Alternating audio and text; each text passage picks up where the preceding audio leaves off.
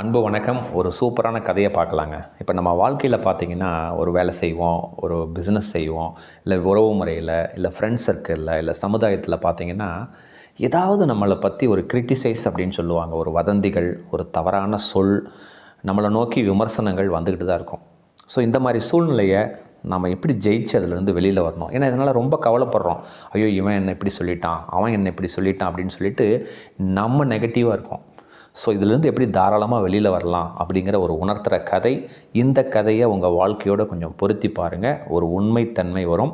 எத்தனை விமர்சனங்கள் வந்தாலும் அதெல்லாம் கிளியர் பண்ணிவிட்டு உங்கள் வாழ்க்கையில் இலக்கினை நோக்கி நீங்கள் பயணம் செய்யலாம் அப்படிங்கிறது தான் இந்த கதையினுடைய தொகுப்பு. சிறப்பாக வீடியோக்குள்ளே போகலாங்க.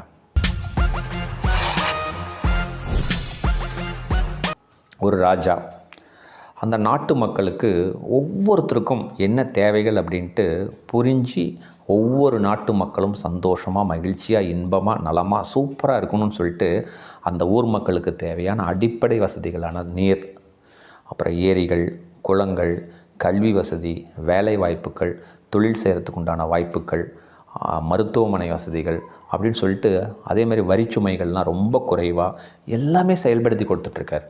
எப்படியாவது நம்ம நல்லா செயல்படுத்தி கொடுக்கணும், ஒவ்வொருத்தரும் சந்தோஷமாக இருக்கணும்னு சொல்லிட்டு அற்புதமாக செயல்படுத்திகிட்ருக்காரு. ஆனாலும் சில வதந்திகள். ஏன்னா இந்த ராஜா என்ன பண்ணுவார்னா, ஒரு 2 மாதத்துக்கு ஒரு தடவை அந்த ஊர் மக்களுக்கெல்லாம் என்ன பண்ணுறாங்கன்னு சொல்லி மாறு வேடத்தில் போய் பார்ப்பார். அப்போ தான் அதனோட கஷ்டங்கள் தெரியும். அதை வச்சு நம்ம இன்னும் சிறப்பாக செய்யலாம் அப்படின்னு சொல்லி மாறு வேடத்தில் போவார். அந்த மாதிரி போகும் பொழுது அவர் காதில் விழுந்தது என்ன தெரியுங்களா?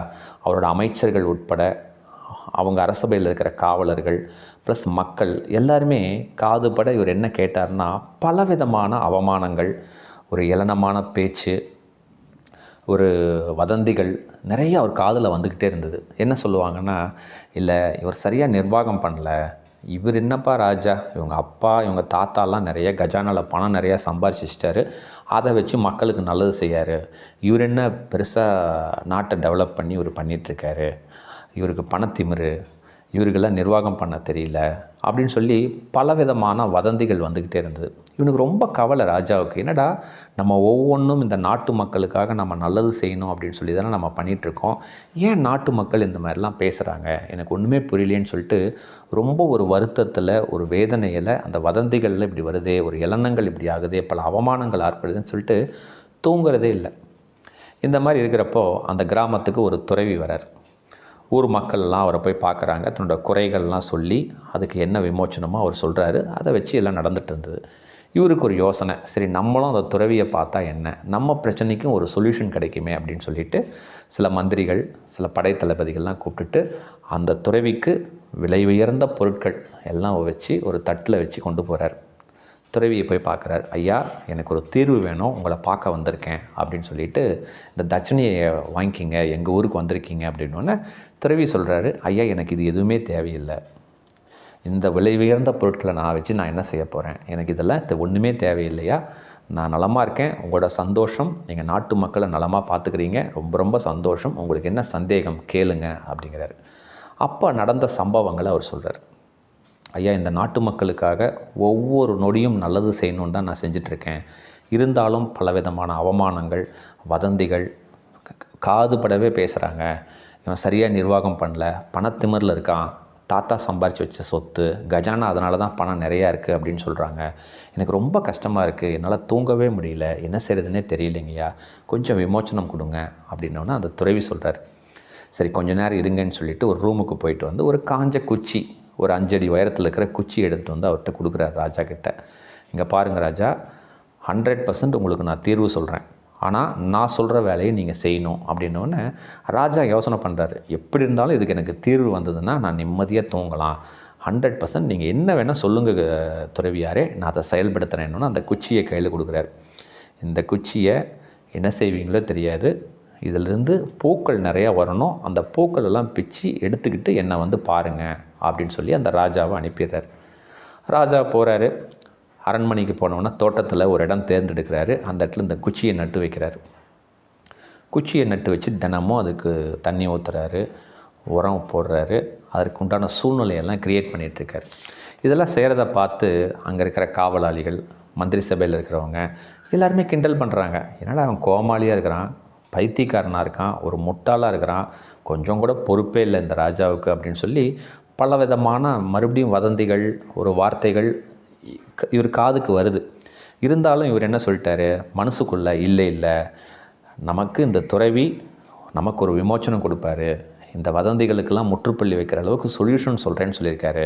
இதை தவிர நான் எந்த கான்சன்ட்ரேஷனோட நான் இந்த வேலையை செஞ்சு பூவை வர வச்சு அந்த துறவிக்கிட்ட கொடுத்து அதுக்கு என்ன சொல்யூஷன் நான் கண்டுபிடிச்சி இதிலேருந்து நான் வெளியில் வந்தே ஆகணும்னு சொல்லிவிட்டு ரொம்ப கண்ணும் கருத்துமா, அதாவது மற்றவங்கெல்லாம் என்ன பேசினாலும் பரவாயில்ல அப்படின்னு சொல்லிட்டு விடாமுயற்சியோட, தன்னம்பிக்கையோட, உறுதியாக, நம்பிக்கையோட ஒவ்வொரு நாளும் அதுக்கு என்னென்ன செய்யணுமோ அதை செயல்படுத்திகிட்ருக்காரு. ஒரு 3 மாதத்தில் பார்த்திங்கன்னா லைட்டாக இலைகள் வளர ஆரம்பிச்சிது. ரொம்ப சந்தோஷப்பட்டார். இன்னும் கண்ணும் கருத்துமாக பார்த்துக்கிட்டாங்க.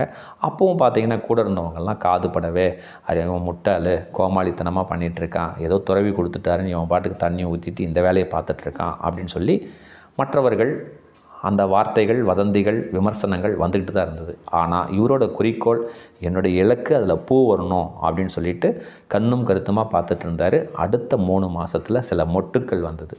மொட்டுக்கள் வந்தவொடனே ரொம்ப சந்தோஷப்பட்டார். பார்த்திங்கன்னா ஒரு 10 நாளில் நிறைய மலர்கள் வந்துருச்சு. அந்த காஞ்ச குச்சியிலிருந்து நிறைய மலர்கள் வந்துச்சு. ரொம்ப சந்தோஷப்பட்டான். எல்லா மலர்களையும் பிச்சுக்கிட்டு துறவியை பார்க்க போகிறாரு. துறவிக்கிட்ட போயிட்டு, ஐயா நீங்கள் சொன்ன மாதிரி நான் அந்த குச்சியை வச்சு இவ்வளோ மலர்கள் நான் பெற்றிருக்கேன், இந்தாங்க, எனக்கு இப்போ சொல்யூஷன் சொல்லுங்கள், எனக்கு நிம்மதியான தூக்கம் வேணும், ஏன்னா பல விதமான விமர்சனங்கள் வந்துக்கிட்டே இருக்குது, எனக்கு நீங்கள் சொல்யூஷன் சொல்லுங்கள் அப்படின்னு சொல்லி அந்த பூவெல்லாம் கொடுக்குறார். அப்போது அந்த துறவி கேட்குறார், சரிப்பா நான் கேள்வி கேட்குறேன்னு தப்பாக நினச்சிக்காதீங்க ராஜா, இதை வச்சு நீங்கள் 6 மாதம் போயிட்டு தண்ணி ஊற்றுனீங்க, உரம் போட்டிங்க, ஒரு 6 மாதம் ஆச்சு இந்த பூ வரத்துக்கு, இப்போ உங்களை யாவது விமர்சனம் செஞ்சாங்களா அப்படின்னு சொல்லி கேட்குறாரு. அவர் சொல்கிறார், நிறைய பேர் விமர்சனம் பண்ணாங்க, முட்டாள்தனமாக வேலை செய்கிறான், ஏதோ துறவி சொல்லிட்டாருன்னு பைத்தியக்காரத்தனமாக வேலை செய்கிறான், அப்படின்லாம் அறிவற்றவன், பொறுப்பற்றவன் அப்படின்லாம் என்ன பேசுனாங்கய்யா. இருந்தாலும் எனக்கு ரிசல்ட் வேணும், என்னோடய குறிக்கோள் பூ வரணும், ஏன்னா அப்போ தான் நீங்கள் எனக்கு சொல்யூஷன் சொல்கிறேன்னு சொன்னதுனால நான் எதையுமே கன்சிடர் பண்ணல, எனக்கு இப்போ பூ வந்துருச்சு, எனக்கு சொல்யூஷன் சொல்லுங்கள் துறவியே அப்படின்னு சொல்லி அந்த ராஜா கேட்குறாரு.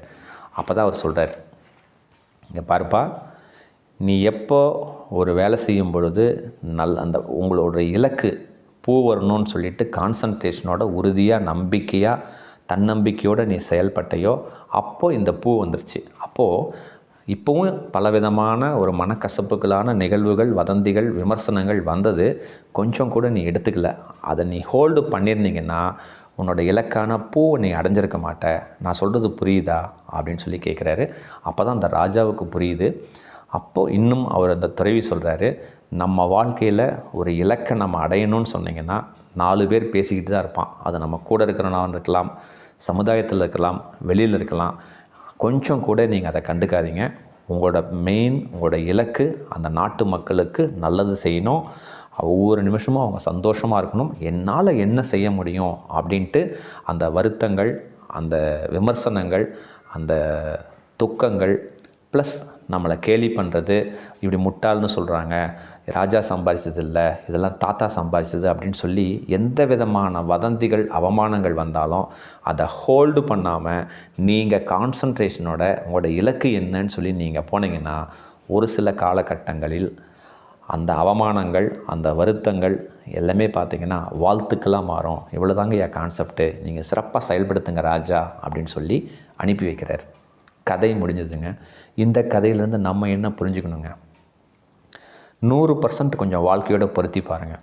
எவ்வளவோ செயல்பாடுகள் செய்கிறோம், உறவு முறையில், வேலை செய்கிற இடத்துல, தொழில் செய்கிற இடத்துல, அவன் இப்படி சொல்லிட்டான், இவன் இப்படி சொல்லிட்டான், இந்த மாமியார் மருமகள் சண்டை, பொண்டாட்டி புருஷன் சண்டை, இப்படி சொல்லிட்டான், அவன் இப்படி சொல்லிடக்கூடாதுன்னு சொல்லிட்டு பலவிதமான கருத்து வேறுபாடுகள், அவமானங்களை நம்ம சந்திச்சுட்டு தான் இருக்கோம். இதையெல்லாம் எப்போ நீங்கள் ஹோல்டு பண்ணுறீங்களோ, அதை எப்போ பிடிக்கிறீங்களோ உங்களுக்கு நிம்மதியான தூக்கம் இருக்காது. உங்களோட வாழ்க்கையில் உங்களோட இலக்கை நீங்கள் அடைய முடியாது. ஒரு இலக்கு இருக்கலாம், உங்களுக்கு இவ்வளோ சம்பாதிக்கணும், வீடு வாங்கணும், கார் வாங்கணும், தோட்டம் வாங்கணும், பையனை படிக்க வைக்கணும், எது வேணால் இலக்கு இருக்கலாம். நீங்கள் எப்போ அந்த வதந்திகளுக்கும் அவமானங்களுக்கும் அந்த சொற்களுக்கும் 4 பேர் பேசுகிற சொற்களை எப்போ நீங்கள் ஹோல்டு பண்ணுறீங்களோ நிம்மதியான தூக்கம் இருக்காது. ஒன்ஸ் தூக்கம் இல்லைன்னா உங்களோட இலக்கு அடைய முடியாது. இவ்வளோதாங்க கான்செப்ட்டு. அதனால் எதையுமே அந்த வதந்திகள், விமர்சனங்கள் எல்லாம் கொஞ்சம் கூட கண்டுக்காதீங்க. உங்களோட இலக்கு என்னன்னு பாருங்கள். அந்த இலக்கினை நோக்கி எதையுமே ஹோல்டு பண்ணாமல் நம்பிக்கையோட, தன்னம்பிக்கையோட, விடாமுயற்சியோட நீங்கள் செயல்பட்டால் யார் உங்களை அவமானப்படுத்தினாங்களோ, ஏளனப்படுத்தினாங்களோ, வதந்திகளை சொன்னாங்களோ அந்த வாயே உங்களை வாழ்த்தும். இதுதாங்க உண்மை. செயல்படுத்தி பாருங்கள். 100% நீங்கள் வெற்றியடைய வாழ்த்துக்கள். இந்த கதை உங்கள் மனசில் ஒரு மிகப்பெரிய மாற்றத்தை ஏற்படுத்தியிருக்கோம் அப்படின்னு நான் நம்புகிறேங்க. இந்த கதை உங்களுக்கு ரொம்ப பிடிச்சிருக்கும். உங்கள் நண்பர்களுக்கு, தெரிஞ்சவங்களுக்கு சிறப்பாக ஷேர் பண்ணுங்கள். அடுத்த காணொளியில் இன்னும் ஒரு அற்புதமான தலைப்பில் நிறைவாக சந்திக்கலாங்க. மிக்க நன்றி, மகிழ்ச்சி.